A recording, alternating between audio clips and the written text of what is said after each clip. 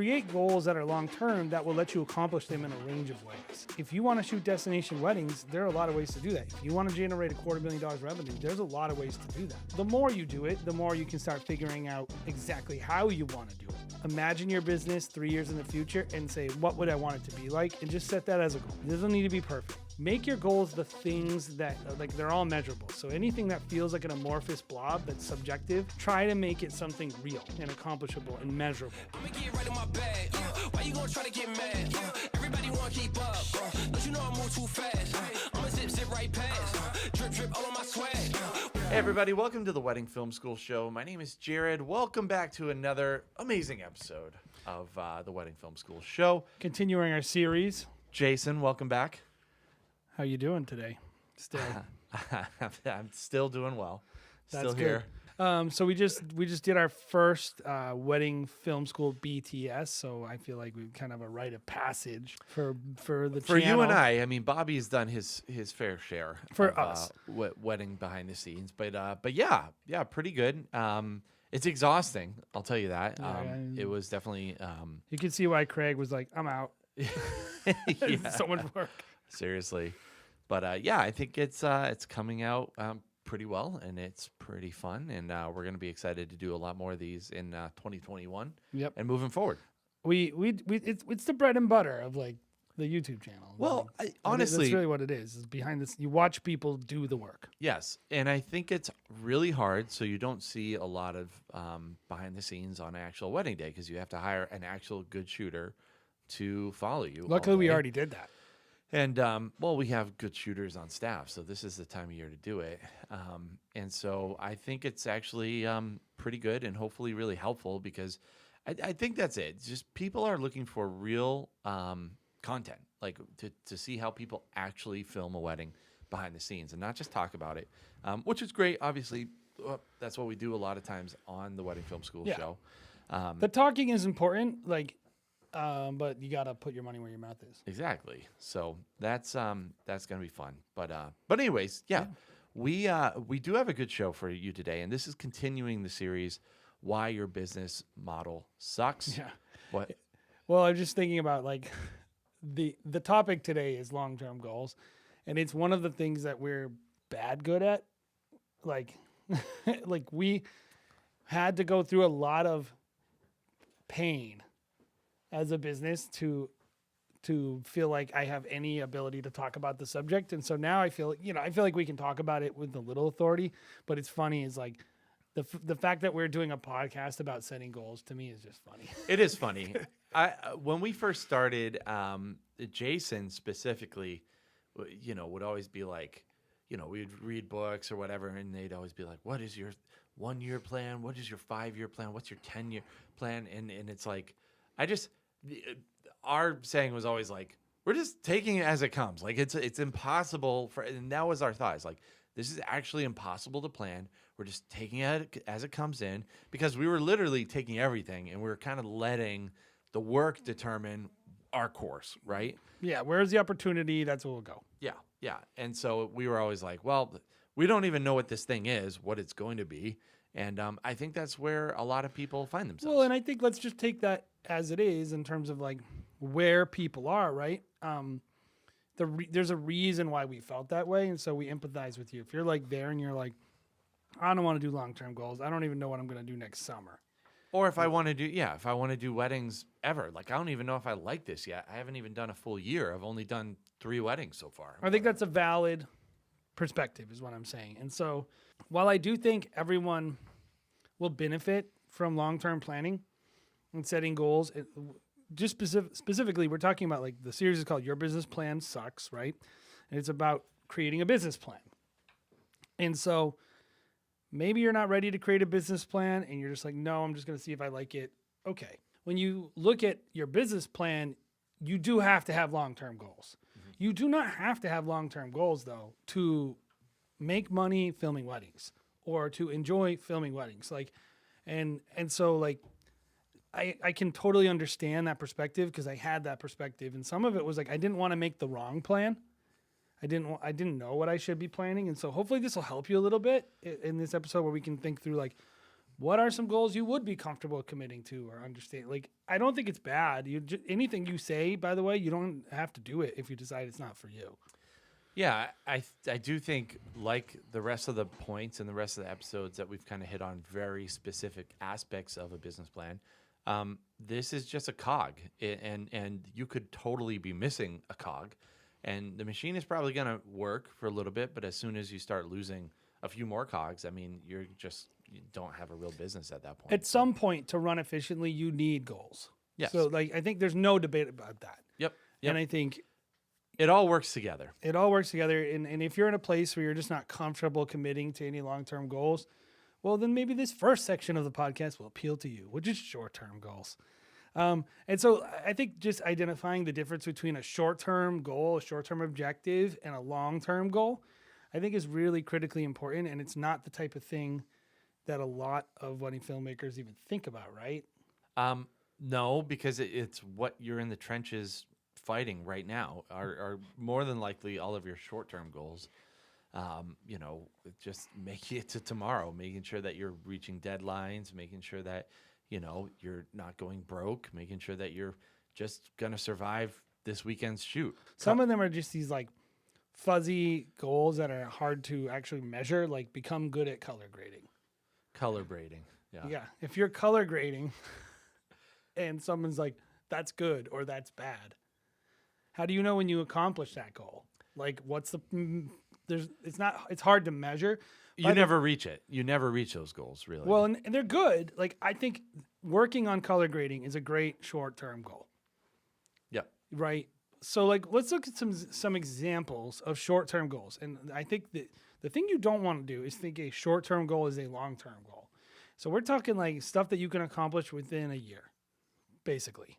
Even though technically it's probably within 3 years, but within a year in our world, I think the wedding filmmakers go season to season. So you're looking like like I mentioned, become good at color grading, or hire a CPA, or send a review follow-up email to all my clients after the wedding. Actually following up with people and actually getting reviews, that's a good thing. Increase social media posting to 3 times a week or something like that. That's a good goal.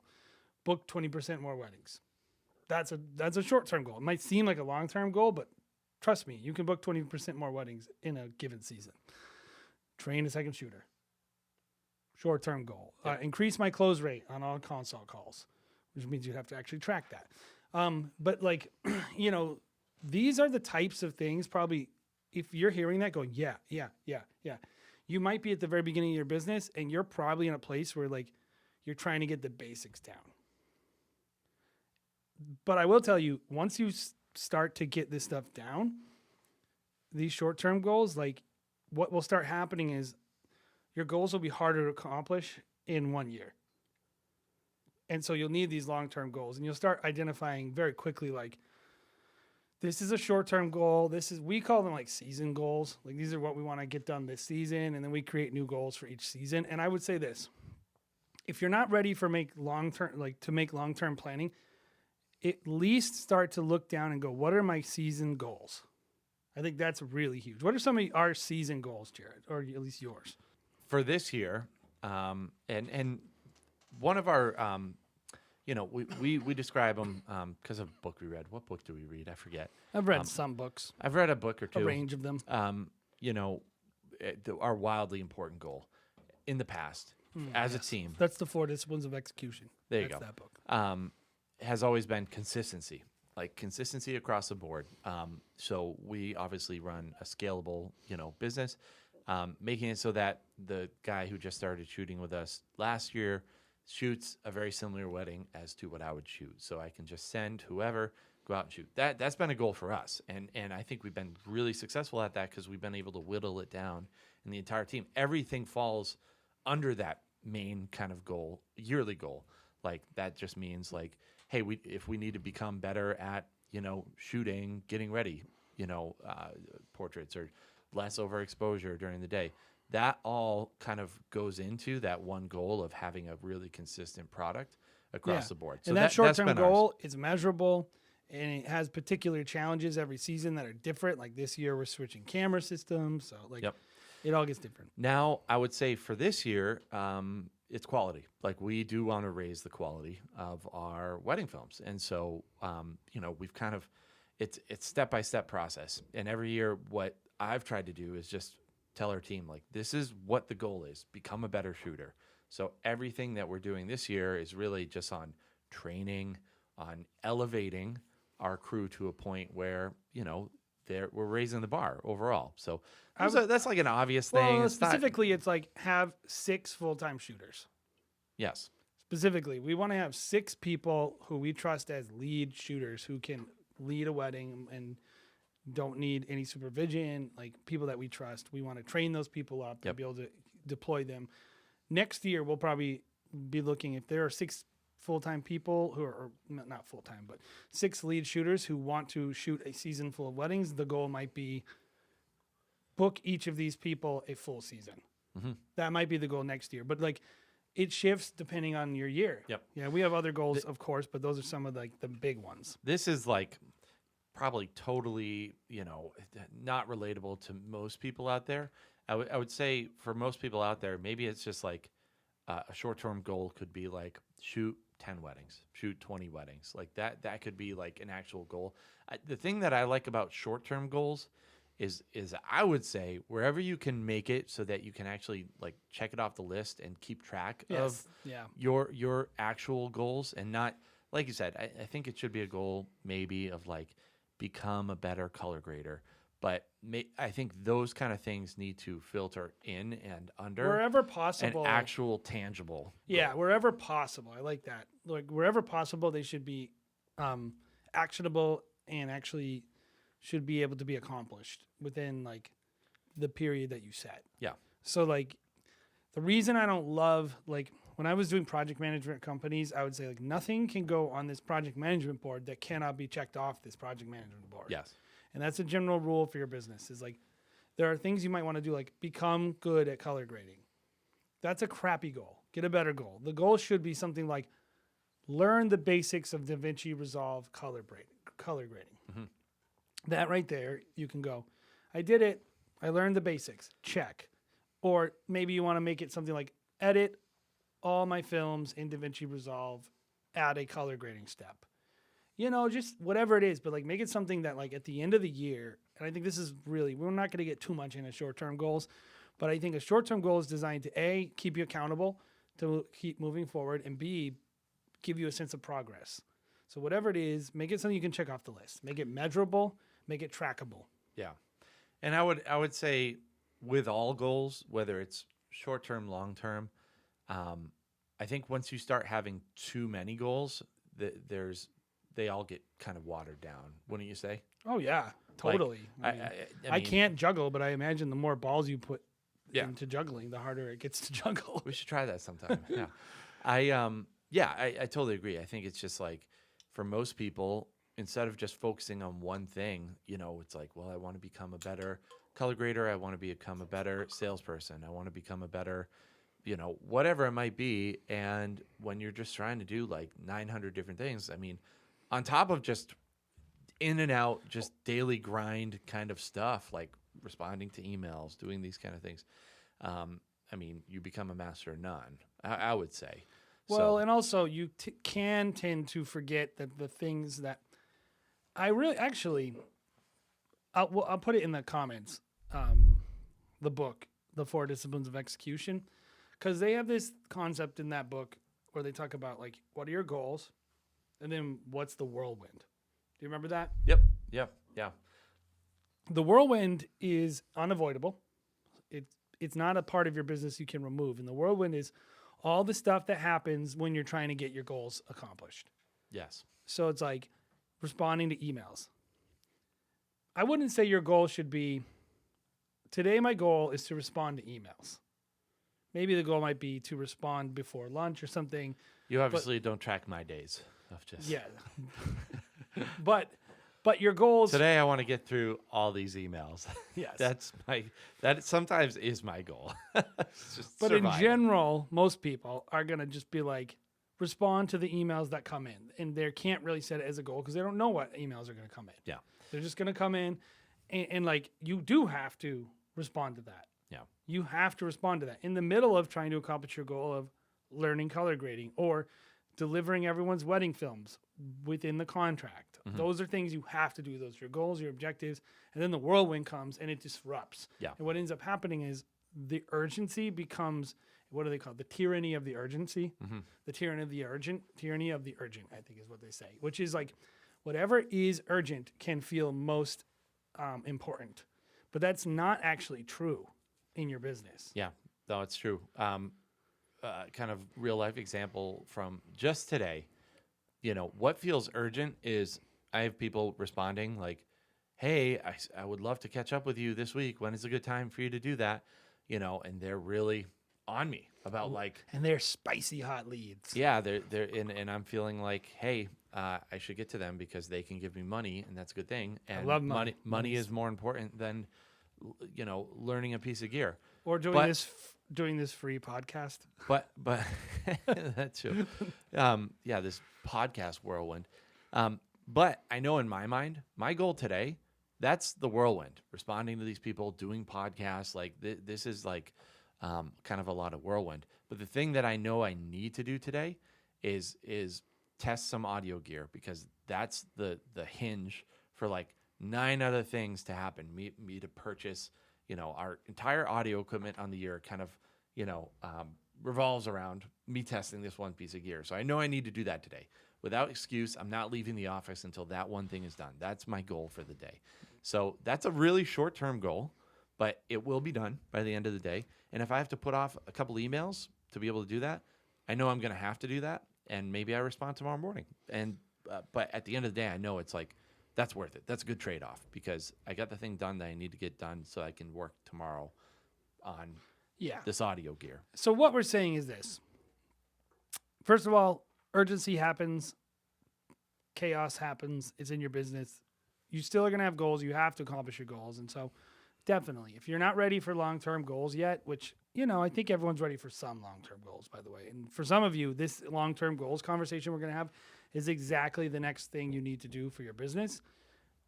But if you're not ready for that, at least understand there's a difference between what's pressing on you and what your goals should be. And you cannot let the urgency of your life and the chaos of running a business start to undermine the actual goals you have for your business, even if they're not long-term goals. Like just something as simple as like deliver all your weddings on time. There's no excuse for not delivering your weddings on time.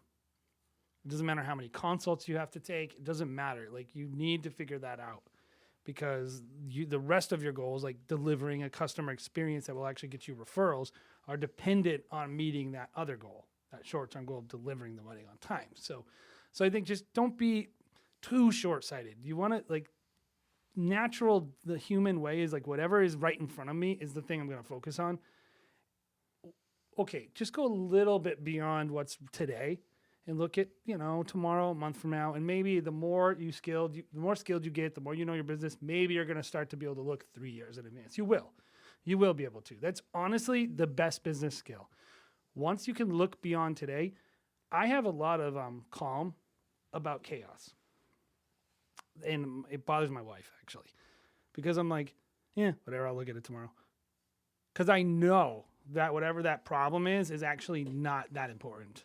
Because I know, I have experience. I know what's going to happen. It'll be okay. Everything will be fine. You don't know that when you're first running a business. Yeah, I would say, and I say it a lot, like the wedding day dread, and I think the wedding business dread of just like, I have to do this one thing. And I know for me, when I feel that dread towards a certain couple that I know I have to email, have a really hard conversation with, like I avoid it. And like, it's pressing like on me. And I think over time, what I've gotten good at is just like, I'll do it tomorrow, and I will just kind of like do it tomorrow, knock it out, and just You'll actually do move it. on. I'll actually do it because Yeah. I know I just need to do it. There's a difference between I think a lot putting of something in its creatives, place and procrastinating. yeah. But I mean, we're creative, so we do procrastinate. Like that's just, I think, comes with the territory. But just doing it and knocking it out, I think that should be a short-term goal to become better at. Yeah. In general, because it allows you to just kind of move along. Like short-term goals are like, you're just trying to knock these out. You're trying to get these done with. so that It's you as can move simple on. as if you're a list maker, like if you're really, really bad at this is what I'll say. Just plan out high level goals for your week. Try doing that. Yep. Try just saying, like, we work in sprints in our office. Yep. And we tell our employees, we go, write out what you're going to do this week. Yep. Anything you don't, maybe it's a long-term thing, put it in the backlog, commit to your week. Yep. Only do what's on that list for the week. Don't add anything you can't complete. Think like that. Try doing that for a while. Just only committing to things on a week-by-week basis and get good at that. Yep. And once you get good at that, you can start to expand it. And you start looking at long-term goals. Yeah. Look, I'm just gonna be completely honest with you. Can we be a little bit transparent here? I'm gonna tell you one of my deepest, darkest secrets. I actually really don't enjoy editing that much. If you were to give me the option between shooting and editing, I would pick shooting 11 times out of 10. And if you've been editing and doing video production for any length of time, you know that dread in your heart as you know wedding after wedding after wedding keeps on mounting up, piling up on your backlog. It really sucks. I hate it, and I'm sure you do too. So what can you do about it? You can, of course, ignore it. It's not gonna go away. You can hire a video editor to work on staff. Maybe it costs you 50 to 60 grand plus taxes. Or you can simply reach out to our friends at No Backlog. They make it super easy to knock out edits while you focus on other more important things like growing your business and making more money. And that's what it's all about, right? Save time and money by working with a professional, reliable, and affordable video editing partner. And get your life back today. You can spend more time with your kids, with your spouse, with your important other person, or you can simply just play more video games. I don't care. This is a no judgment zone, man. So make sure you're visiting nobacklog.com and get started today.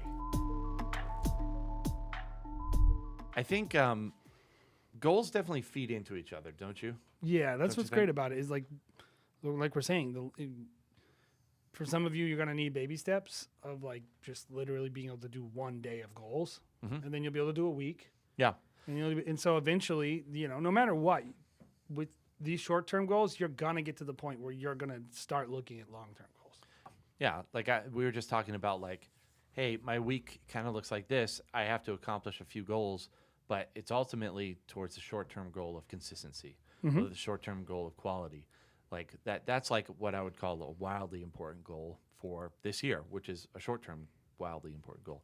But it does feed into long-term goals, which what would you describe a long-term goal as? Would it be like a 3-year goal? Would you put a time limit on it, or what? I think anything over 3 years is a long-term goal, but I think for a lot of wedding filmmakers, it's probably going to be over a year, and I think that's probably okay. I think for 3, we're looking at 5 years now with our business, and I think that should be a goal. Yeah. You should try to get 5 years. I would say one of the most important things in developing a long-term goal is write it down and share it with other people. Like, I know you wedding filmmakers, a lot of times you guys are self-operating, but share it with your wife, share it with your friend, because like then it's out there, it's out in the universe. And isn't that what they say? Put is it out like, in the universe. Put it out there. Put it out in the universe. But also allow other people to hold you accountable. Like if you have a friend, tell them about, hey, I want to be shooting 50 weddings in like 3 years. So that next time they see you, they're like, how's that going? And it holds you accountable. And at least you can, at that point, be like, yeah, I changed my kind of like, Yep. I've shifted or whatever. But it at least makes it so that you're not in the same spot as you were 3 years ago. At least you can. The key with any goal, like we mentioned before, is tracking, measuring. And because what you should look at those is not did I fail or did I succeed? The real thing is I need points that tell me something happened or didn't happen. Why didn't this happen? Why am I missing all my delivery deadlines? Why am I not getting referrals? Say your goal was get 20 referrals. Why? Why didn't I do it? Is it because I'm lazy?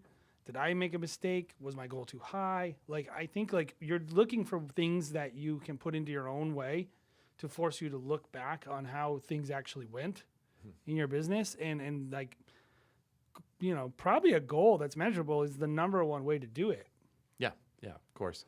And there's some obvious things that I think will just naturally be indicators, like how many weddings did you shoot last year compared to this year, or 3 years ago, or 5 years ago? Have they gone up, or has your dollar bill per wedding gone up? Those are two obvious ones that you're going to say, hey, I did this and I was able to accomplish what I wanted, or I wasn't able to accomplish what I wanted. What do I have to do today to change the next 3 years or 5 years, whatever? But I think a good point that you had written down is prioritize today what you want to do tomorrow, and that's kind of like I think a good universal concept of like a lot of people trying to pursue their goals are like, yeah, I'm gonna do that. That's my long-term A goal. goal is a thing that will happen to you. It will just, it's just going to happen magically. But actually, the people that actually accomplish their goals, they're the people that, A, write it down. They're the people that do it tomorrow and carve out time for what you want to be doing tomorrow. So that's why I say, like, I do think goals really feed into each other. Like, your short-term goals, like, you should be doing whatever your long-term goal is. If it's quality, what are you doing today to make sure that you're creating quality in your films, if that's what your goal is going to be? You're not serious if you aren't putting your money where your mouth is in anything in life. If somebody starts giving you crypto advice, ask them how much money they have in crypto. Yeah, it's true. Any little thing in the world, it's like, put your money where your mouth is. Show me the receipts, right? And that's what it is with goal setting. It's like, if your goal is to save money, then you have to save money. You don't set a goal that someday I'll have enough extra money to save money, right? And so with wedding filmmaking, we have a lot of goals that are more quality and artistically driven, and those are great goals. Like, okay, whose films are you watching that are inspiring you? Like, what are you doing to become a better filmmaker? What are you doing to work on your composition? Literally, like, a lot of people, they're like, hey, my gimbal work sucks. And you're like, how much do you practice? Yeah. Not at all. That's why your gimbal work sucks. You don't know how to use your equipment. Go use your equipment for hours. Oh, well, I need to be with my kid. Okay, when your kid goes to bed, go use your gimbal. Well, I want to go to bed. Then you don't care about your gimbal. So just don't waste my time posting about it. Like, you don't care about getting good if you're not willing to put the time in to get good. And like, you don't need to be good at everything, but just set a short-term goal, make it manageable, make it trackable, and put some effort into it. And then magically, they'll start to become long-term things. And those have to happen now. So let's talk about long-term goals. We got a great set of resources on weddingfilm.school/resources. And there's a bunch of different things from this series about building a business plan. I'm really excited about the response we've gotten from some of these downloads. A lot of people have been downloading it, and hopefully it's been helpful to you guys. But head over there, resources, and we got all kinds of stuff for you. We got a creative market research worksheet. We got inventory assessment guide. We got a business model white paper, some details on how to set up a business model for your business. And this week, we're going to be kind of giving you something so you can set goals. So if you want to go download that and listen to the show, hopefully it'll help you enjoy the show, but also set your goals. So let's talk about goals right now. So how does a person set long-term goals? What was the hardest thing for you, Jared, moving from like seat of your pants wedding filmmaker to a actual business person wedding filmmaker with goals? Well, I think the thing that helped us was just like we saw what direction we were naturally going. And I mean, I think at first it's just like what doors are open and what doors are closed. What is the path of like least resistance? So when we saw like, okay, this is what's working for us, that's what we just started to pursue. And we started to kind of see a little bit of a trend. And I think we were like, is this the trend that we like, or is this the trend that we don't like? And if it's the trend that we like, what can we do to accelerate that trend? And if it's not what we like, if we're not charging enough or whatever, what do we have to do to change that? Yep. And so I think that's kind of where it started. As far we as also like, were alive as a business long enough that we kind of went through a couple life cycles, and we were like, this sucked. Why didn't we? I don't like this. That this wasn't good. Yeah. We need to like chart a different path. So I do empathize with people that are just starting out, because I think when you first start out, you're like, you look at a luxury wedding filmmaker like Alex and Aaron Tharp or whoever, Lindsay, and you're like, I want that. That's my long-term goal, is to be like Mike, to be like, the top of the industry. I want to charge $20,000. I want to work 10 days a year. And that's what I want. That's my goal. Can that be my goal? And then, Yeah, that can be. and then reality slaps you upside the head and is like, fool, like you have a long way to go and no plan to get there. Right. So, Well, and the sad reality, which is not sad to me, is that opportunity is not available to everyone. it's true. Not every opportunity is equally available to everyone, as we know in like all American society. And so, like you or the world, thank you, international listeners, you have to deal somewhat with the cards you're dealt. You have to figure out a way to maximize the business based on what opportunities exist. And, so that can be overwhelming because you're like, oh, well, I can't be a luxury wedding filmmaker. Well, maybe you can, but maybe you can't. Maybe you don't know. Who knows? I think, though, one of the keys that will help people here is creating goals that are more numbers and analytical based and not qualitative, like be the best or shoot luxury wedding films, or it's like setting goals like generate $250,000 gross revenue. It'll set you free because you'll be more creative. Because when you say shoot 10 weddings at $20,000, well, is that really what you care about, or do you care about having a lot of money? So you want to be shooting luxury weddings, dealing with those types of clients. But we're like all creative. So wouldn't you say like a lot of people's goals are like, I want to shoot in Bali. And you're saying But you that's could just, say you want to shoot in Bali. You could say shoot 10 destination weddings. Like people's goals are like they're wrapped up in their egos and not it's hard to accomplish. Like you're never going to accomplish the goal of feel good about yourself. Just if that's your only goal. Like create goals that are long term that will let you accomplish them in a range of ways. So if you want to shoot destination weddings, there are a lot of ways to do that. If you want to generate $250,000 revenue, there's a lot of ways to do that. If you want to say, I want to have 50 grand profit at the end of the year, there's a lot of ways to do that. I think the more you do it, the more you can start figuring out exactly how you want to do it. And so depending on where you are in your business, you might be at the place where you're like, I want to be considered in the top 1% of wedding filmmakers. I want to average $12,000 a sale. Maybe that is the natural goal for you. Yeah. But like you said, I mean, not everyone's going to be able to do that. No. Right?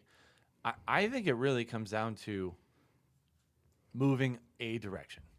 Like you can't get somewhere unless you move a single direction and figure out what actually works. So like when you first start out, I think the goals are fine. Even if you're like, I do want to be Alex Douglas. And then you go that way and you're like, oh, no one wants to hire me to go to Italy and shoot a wedding. Or like the weddings that are paying only like $200, $2,500 don't want to let me shoot them in their underwear. Yeah. And for like, so it's really just pursue things, go directions, figuring out what works. And I do think it's just trial and error, man. Like that's where you're gonna decide what the path is and what is gonna actually be short-term goals for you that turn into long-term goals. I think it's pretty hard when you first start out to determine what a long-term goal is. I just think it is. and here's the thing. Without knowing anything and having data, you need to collect the data. I think it's fine to try though. So if you just set your long-term goals and you change them, I think it's fine to try. So certain people that get into the industry right away, like how many wedding videographers do you know that are like, hey, I just started doing this a year and a half ago and I got one break and now I get to do 5 really high-end $8,000 weddings. And that's great. And I mean, I know a handful. Let me give you some goals like that anyone can set. These would count as long-term goals. Like book 3 straight fully booked seasons. Generate X amount of dollars per year. Like goals like that are they're things. Yeah, of course I want those. Those are goals I want. They give you ability to grow into them and accomplish them in a range of ways, but they do give you something to shoot for. So I think everyone should at least set some kind of Like imagine your business 3 years in the future and say, what would I want it to be like? And just set that as a goal. It doesn't need to be perfect, but I think that is important. So let's break down how to set long-term goals. So the first thing you need to do to set a long-term goal is first identify your goals. That's kind of what we're talking about here. Identify what is it you want to be doing. I think in business world, they would say 10-year goals.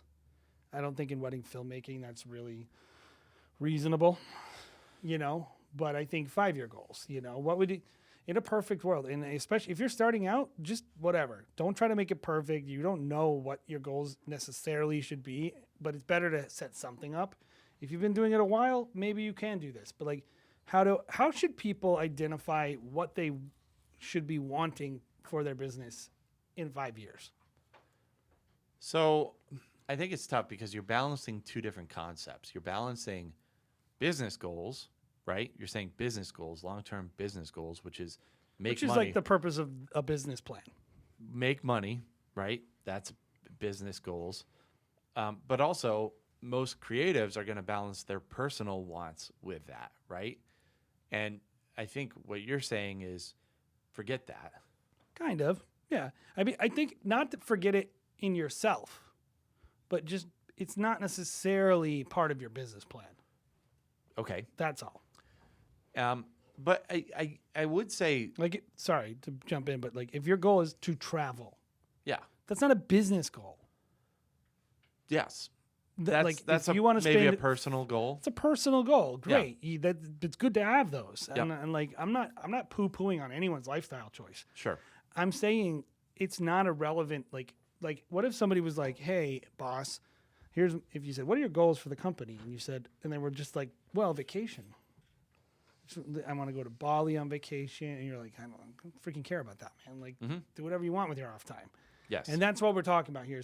So what you might say as a business goal is be able to provide a 1 month off time Yes. for my employees. Yep. Like that's a goal because that will actually help you budget.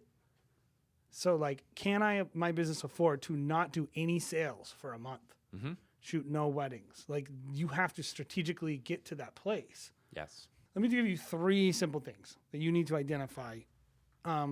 If you don't know what to do for your goals, maybe you don't know how to like target, your brand positioning, your market positioning, and you're not there yet. But everyone can do this.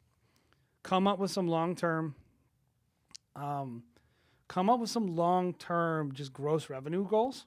Like this is just the total amount of money you're making. So maybe you say, I want to sell $250,000 of wedding films. Okay, great. The next one is cost. And this should factor in your salary. This should factor in everything that goes into your business. I want to get my cost to X point, maybe up or down, right? And then the last one should be profit. I want to have this much money left over at the end of the year. To, who knows, most wedding filmmakers, you're not trying to grow this big business. Like you should be buying land or putting it in savings. Who knows what you want to do with that money? Buying more marketing to grow your business the next year. But like, I think those are 3 goals that everyone can kind of start setting. And then of course there are bigger goals. Like how can you know how to identify your goals? Well, what do you love doing? Something as simple as like what are the weddings you love shooting? What are the locations you've always wanted to shoot?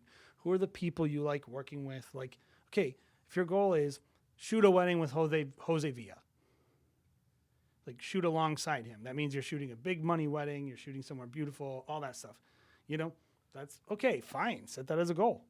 Would you say someone's goal is a bad goal if they're like, I want to be friends with all my wedding couples? Yeah, that's not a goal. It's not a goal. That's a method. The only reason you're doing that is because you think it sells more weddings for you. Yes. Yes. You're not. It's a method, and I'm not saying it's a bad method, but it's not a goal. Mm-hmm. How do you even know if you accomplished it? What if they don't like you? Mm-hmm. What if you think that they're your friends, and then they actually are like, that guy's a weirdo? Like, as long as they refer you, like the reality of this is why it's not a goal, because it being true isn't important. It's the result you want happens. So if you think you're all friends and everyone who you worked with actually doesn't like you, but by some certain reason they still refer you, your impression of it is that everyone likes you. So, yeah. So I think this is important, is not just identifying what your goals are, but also identifying a good goal versus a bad goal, right? Sure. And Be this the is gonna- best wedding filmmaker in the world is a bad goal. Yes. Okay. Like, it's not. Why? Because who decides that? It's not measurable. Like, even if you win every award at WPPI, there's still going to be people who think you're not the best wedding filmmaker in the world. Mm-hmm. You could be I don't know if this is a good goal because I don't know how you would accomplish it or measure it, but like you could say, make the most money of any wedding filmmaker in the world. Because that's actually scalable. Well, no, it's like measurable. Measurable, Anything yeah, not yeah. measurable is a bad goal. Yeah. That's really what it is. For a business plan, especially. We're talking business here. We're not talking about like, be happy. Don't be depressed. Have time with your kids. Like, these are all things, some are measurable, some are not. Look, I know that we're not, like, the world is not binary, but business is. Mm-hmm. Business is very binary. And, like, you want this part of your life that is binary because then you can just, like, depersonalize it. It doesn't dominate your emotional life, your spiritual life. It doesn't control you anymore. It's just like, am I going to make the money? I want to make a little more. And, like, I can tell you this is essential for us being successful, is identifying our goals and making them accomplishable and all this. So I would definitely kind of expound on that with, like, most people, since they are self-operating their own business, it's probably pretty hard to draw the line between personal goals and business goals, because to a lot of people, they're one of the same. I Like, am my business. My business is me. Yeah, exactly. And so it's like when you're not, I mean, you see it all the time, especially with creatives, is, you know, when I am not creating the art that I want to, it affects me personally. Because it's like my business isn't a reflection of who I am, therefore I'm not satisfied. Sure. And I think it's important for people to pull themselves out of that, because if, you know, your art is not you, that's the thing that most creatives, I think, struggle with. It is a legitimate part of your satisfaction, but it's not your business. Yes. And then also, you know, what is the business side? How does that kind of cycle into that whole kind of experience? So I think it is important, like, pulling yourself out of that a little bit and looking at it, you know, from your 30,000, you know, foot view, and saying, you know, no, these are personal goals, and then these are actual just business goals. How do you want the business to run? So let's look at it like this. Pick a period of time. If you're comfortable with 10 years, okay, fine. Set a 10-year goal. Like, that's reasonable. I think anything beyond 10 years may be a little too long. But probably most of you have 5-year goals. Unless you're China. Yeah, sure. If you're China. They're If you're playing the China long listening game. to this podcast, hi, China. Yeah. But write down the period of time, 5-year goals, 3-year goals, whatever it is, and write down all the things you want to accomplish. Just write them down. Just write down anything that you think is a goal that you want to get done, and just put it in there, and just, you know, have it somewhere. Jay will be Santa, and he'll be going through all of your lists Send and it to telling me. you if they're good or bad. Email me your list. and Email him. It's Jason. No. What's funny about this is you will determine in like every one of you will look at your list in like 2-3 years, and you'll look at some of them and be like, why did I say that? Yeah, it's true. And that's okay. The goal is not to have perfect goals. The goal is just to have some. Just have some. They Yeah. don't need to be perfect. They don't need to be right. You just need to, like, force yourself to imagine the future. So the second thing that you need to do to set long-term goals is prioritize today what you want to do tomorrow. So this is really hard because of the tyranny of the urgent, because whatever is pressing on you is going to force you to not focus on tomorrow. But, like, let's think about it like savings. We talk about with Evan in the CPA episode. Just the idea of, like, why don't wedding filmmakers, like, you know, do real savings plans for their wedding businesses, or just people in general? Like, you said $1,000 for most people in savings. I think it's just people do get caught up, like we had said, they get caught up in the whirlwind, and they don't actually, they always say, I'll do it tomorrow. I'll do it tomorrow. I'll do it the next paycheck. I'll do it, you know. We're endorphin addicts. Yeah. You know, it's like whatever gives you that reward now. Yep. Like, I'll tell you, for me, like, I was joking about crypto, but, like, I enjoy crypto so much more than real stock investment because it's so much more action packed. And so I don't gravitate towards traditional investing because it's boring to me. And even though it's safe and it grows and all that good stuff, and I think with business, there's probably some parts where, yeah, you need to just lean into your personality. And if you want action, great. But I do think prioritizing the stuff that you're like, whatever you put on that 5-year list in your previous section, what are you doing today to make those things happen? Once you make that list, start writing down an action plan for each and say, how can I apply pressure on these goals now? Like, it probably is not going to feel like the most rewarding thing, but I promise you, once you start doing it, you'll actually start to get rewarded by it. Mm-hmm. Yeah. And I think that leads into your next point, which was make it bite-sized, because I think it, you can't just swallow the whole thing whole. And a lot of your goals are just going to be plugging away consistently for, maybe it's an hour or two every single day. Like if you're just like, hey, this is my goal, is to, do this one thing, but just doing it bite-sized a little bit every single day. So it is just like savings. I think that's a good comparison. It's just like keep on plugging away, do a little bit, and it's just going to add up over time. It has interest. Yep. It does. And so like It compounds. your in-season goals should play into your long-term goals, right? If your goal is like, be a top 5 wedding filmmaker in my market. Okay, well, how are you going to do that? You're going to deliver good quality films on time, increase your network of contacts in the industry, increase your marketing. How are you going to do all those things? Well, I'm going to spend more money on Facebook ads. It's like the long-term goals, when you start breaking them down, just are cascading short-term goals. And so ultimately, like when you look at and you prioritize what you're going to do today, it's about like looking, going, okay, how am I going to do this? Well, you're going to do it by going to number 3, by making it bite-sized. This is how you are going to prioritize today. What you want to do tomorrow is by taking all your long-term goals and breaking them into small, short-term goals. So this is why if you're able to do the long-term goals first, you will probably build a better in-season goal list. So let's keep it real simple. Actionable means you can do it. Trackable. And so that leads me to the next thing. Make it bite-sized and make sure it can be tracked and measured. So the next thing is track and measure. Number 4 in how to set long-term goals is track and measure. This is like so played out, and I was like, I don't really want to say this, but it's like literally I realized like people do not do this, Jared. No, I mean, and I think nowadays, especially where there's so many different types of softwares or whatever, there's really no excuse for it. Even if you're creative, it's literally so easy to do. Yeah, creative brain is not an excuse. Yeah, I'm so left-brained. You have all these things that the just left brain, Jared. I don't know, man. Left, right, whatever. You have all these things that automate it for you, so it's just like you don't even really have to track it and measure it because you just have to set it up one time and it'll do. Especially when it comes to how many weddings you're doing. Your revenue per wedding, These like easy goals. things, just little things that allow you to track and measure.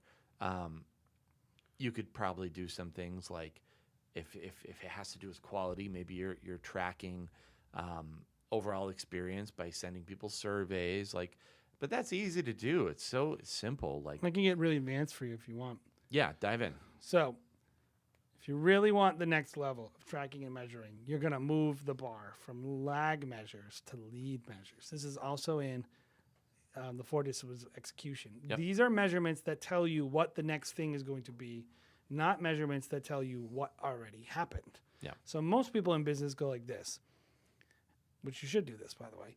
You send people a survey. They say they liked it or didn't like it.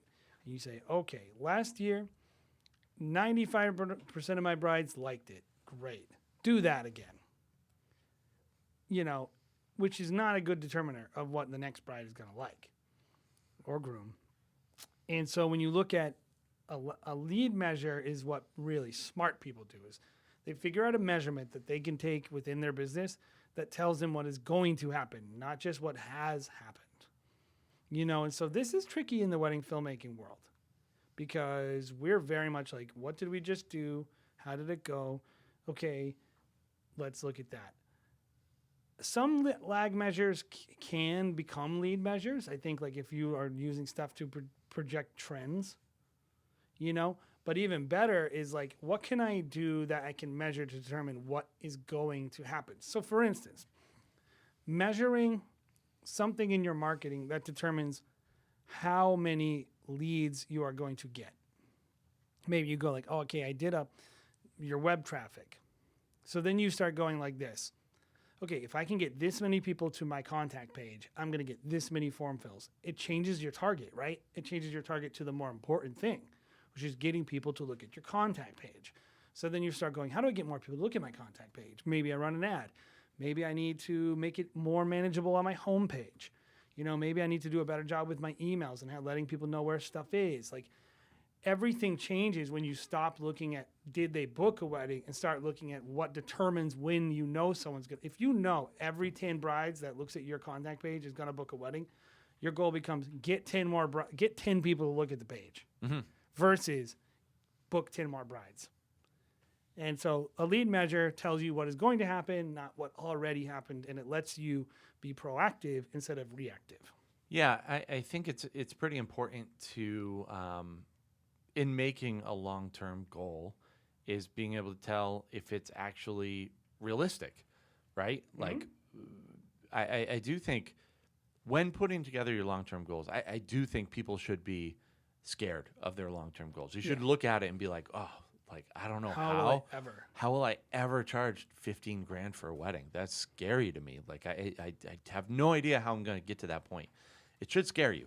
But also, there should be a path. You should see the path ahead of you to be able to get there. And if you don't see it, that just means you probably have to uncover some things about your business to be able to figure that out. And I think that's where the lead versus lag measures come from. Like, generally, we know, and we're going to talk about it in an episode in a couple of weeks with budgeting.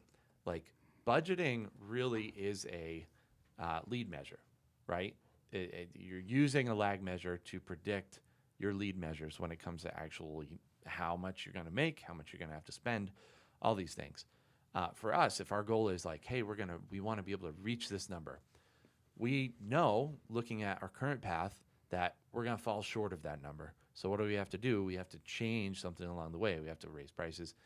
Maybe we have to raise the quality in order to raise prices. Maybe I have to train in order to raise the quality, in order to raise prices. So it just, you're going down the chain of like, where do I have to get to be able to make a small change to lift that number up to where let's we make it really easy. A lag measure is this: lose 30 pounds. You only know you accomplished it when you failed or succeeded. Mm-hmm. A lead measure is hours spent at the gym. Mm-hmm. So like a lead measure, let's look at it in a wedding film context. Like a lag measure might be book 20 more weddings, but a lead measure might be what are assessing all the things that go into increasing your booking. That's a little more sophisticated, but then you go it might be respond to every inquiry within 24 hours. Mm-hmm. Deliver all my wedding films on time. Show up, just simple things that you can do that come in, contribute to booking more weddings and making more people satisfied. That could ultimately coming up with something you can measure that you think determines if you'll be successful versus just measuring if you were successful. By the way, it's better to do something than nothing. So I'd rather you have a bunch of lag measures that you're measuring, like how well you did and just did you make enough money and all that junk. You got to measure that stuff. I'm not saying you don't measure that, but I'm saying if you want to get more control over it, you're starting to figure out what can I do that determines if I'm going to be successful? What can I measure that I'm actively measuring?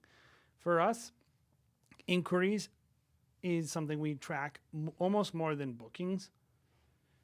Close rate is something we track, which is how many inquiries does it take to book a wedding, right? So then we're focusing on getting inquiries. We're not focused on booking weddings. We're focused on getting inquiries, factors into marketing, all these things. Just simple stuff like that. But it will help you determine a way of actually tracking and measuring, am I accomplishing my long-term goals? On a micro level, you're looking at those little things. On a macro level, the 5-year level, you're starting to determine okay, how many contracts do I need to send out to book a wedding? And is that trend changing over the years? You know, your close rate might go up or down, and that could be a good or bad thing depending on what your goals are. If your goal, like ours is to run a scalable business, we want to keep our close rate at a certain place. But if your goal is, I want to book luxury weddings at a high dollar price, you need to be over time bringing that close rate down. You know, because that means you're actually sending a high enough price that you're keeping enough people out the door. As long as you're booking, and like a lot of these numbers are going to actually have talking to each other, like close rate plus inquiries plus total weddings booked. Yeah. That it's like they're kind of that symbiotic relationship.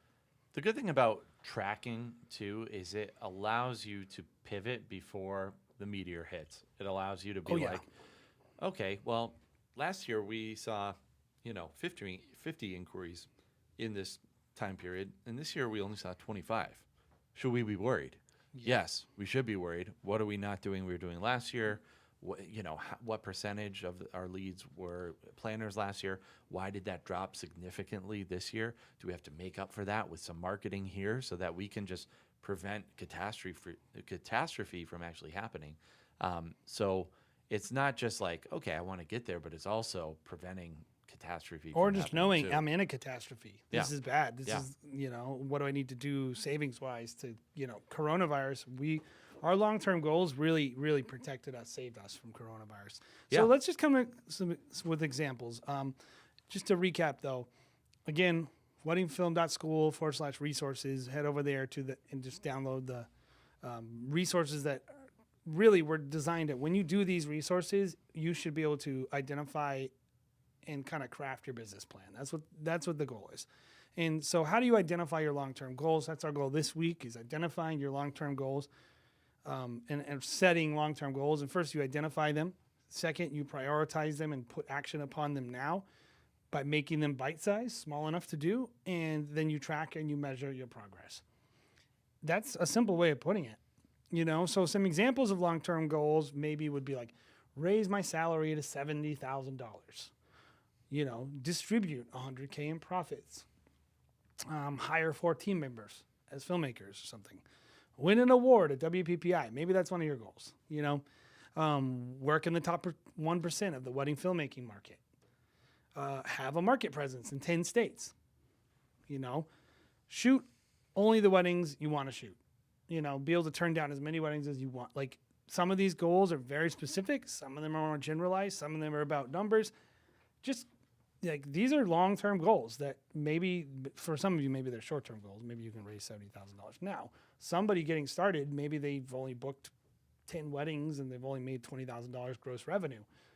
The idea of having a $70,000 salary from their business seems like impossible, but I'm telling you, it might not be that far off. Yeah, I mean, it's difficult, guys. I mean, doing this is hard. It takes, I think, a real hard look in the mirror, and just trying to predict something that you feel like is unpredictable. And I think for a lot of people, they probably don't even feel like they know what they want 3 years from now, in general. So it is a difficult thing, but I think with a little bit of experience and being just aware and being tuned in to what's actually happening around you year to year, can go a long way in predicting, where you're going and actually realizing your goals, realizing what your goals are, but then also coming to a point where they are actually achieved. Well, I want to be very clear. No. We're teaching a method. We're not teaching a solution. Yeah. This is not a thing that you will do and then run your business. This is a thing that you continue to do. This is who you are. We're teaching a method of running a business that is a methodology that works its way into the very core of how you operate. We're not giving you I don't believe in quick fixes. I don't believe just because you made 200 grand one year means you'll make it the next year. I don't believe any of that crap.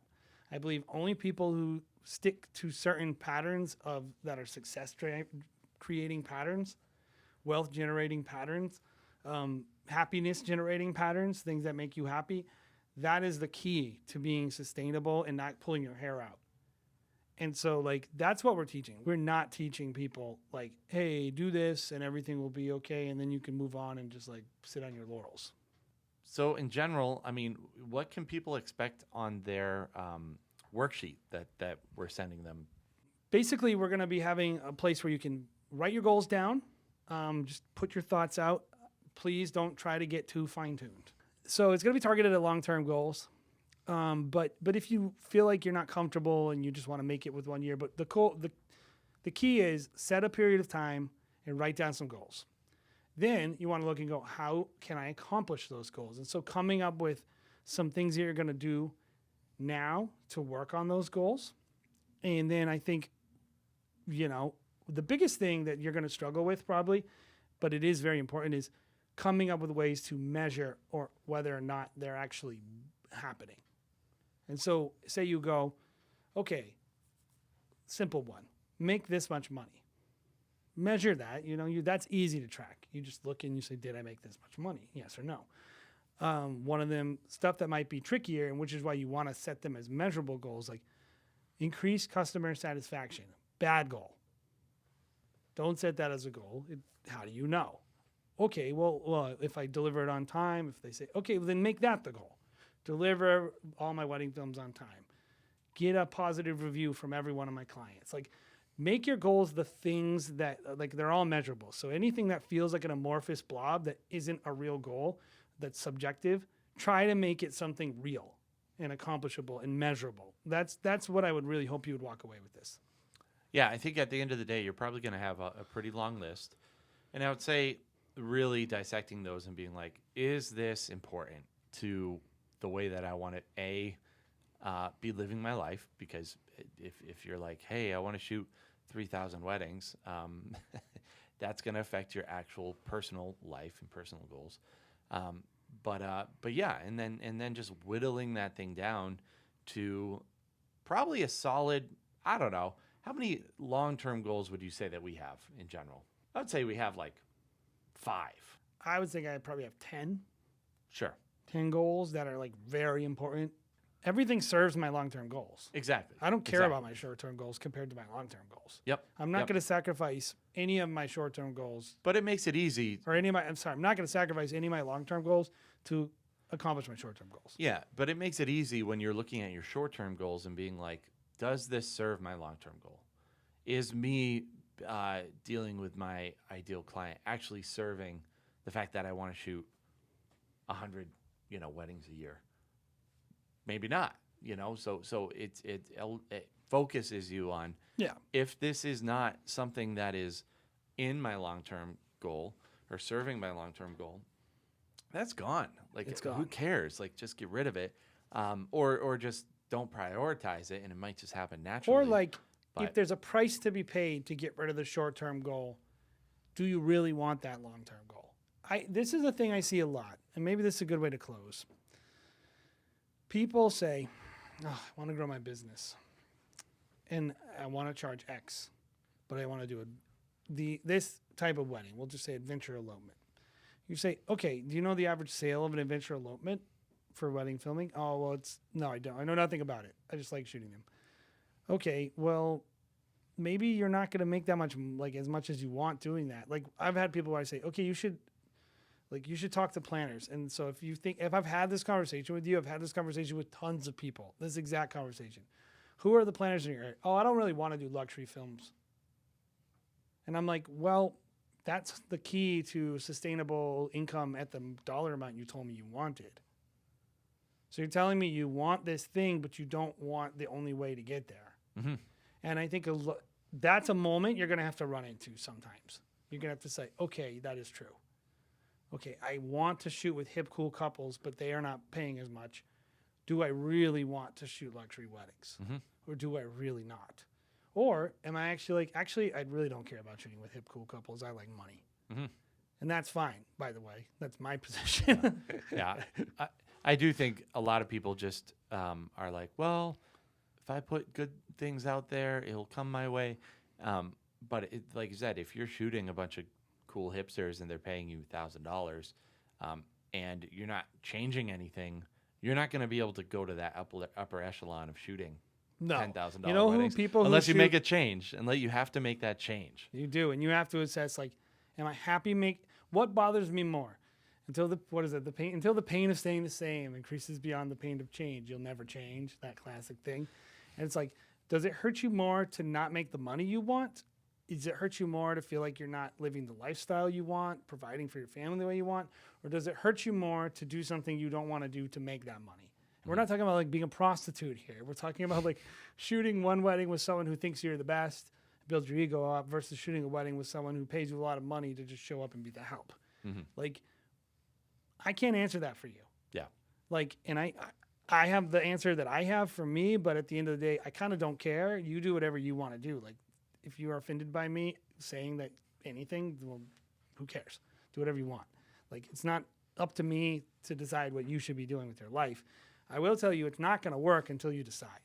Yeah, yeah. And I would also challenge people to like reevaluate good goals versus bad goals. Like really think about it. Like, Or non-business goals, just things that have nothing to do with your business. They're just personal agendas. yeah, because I think a lot of times people are like, oh, if I run a good business, then I won't be satisfied creatively.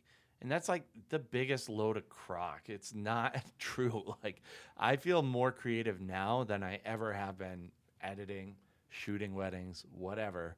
I feel more creative in just trying to find solutions to grow our business. Like, I like the business side of like, how can we make a stronger business that just runs itself? So if I want to take a day off with my wife, it serves me. Like, my business actually serves me. What I think about is funny about visual creators is like, we have this counterintuitive thing that if I do it less, it will be better.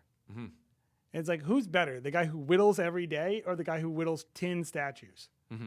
Yeah. Reps make you better. Repetition makes you better. Yeah. That's what time in the saddle gives you a callus. Like, you don't get better by not doing more work. Yep. So it's like, whatever, man. That one's free. It has nothing to do with the episode. But like, just like, I just think like producing and staying in the game longer is the goal. Yes. That's it. So we want you to stay in the game. So thank you for checking out the Wedding Film School show. Hopefully it was helpful. If we blew your mind, then go ahead and just say, wow, that was amazing. If you think it sucks, great. No matter what you comment, it helps our channel. So joke's on you. But we love it. If you guys can sub, do all the YouTube stuff. If you're listening and you want to see our faces, head over to YouTube. But if not, go ahead. We love it if you leave us a review on whatever podcast platform you're listening to. Man, we're so grateful for all you guys who listen to the show, who comment, who email, who join the group. We have an awesome Facebook group, about 16,000 members right now, active community. Head over there, really smart people, great people, a lot of fun in the group. And of course, we have weekly live streams on YouTube, so check that out. We do film critiques, pricing and package critiques, website reviews. Just, it's really more of a place to kind of get the community together, hanging out, talking. It's a lot of fun. So thank you for checking out the show. You guys are the best.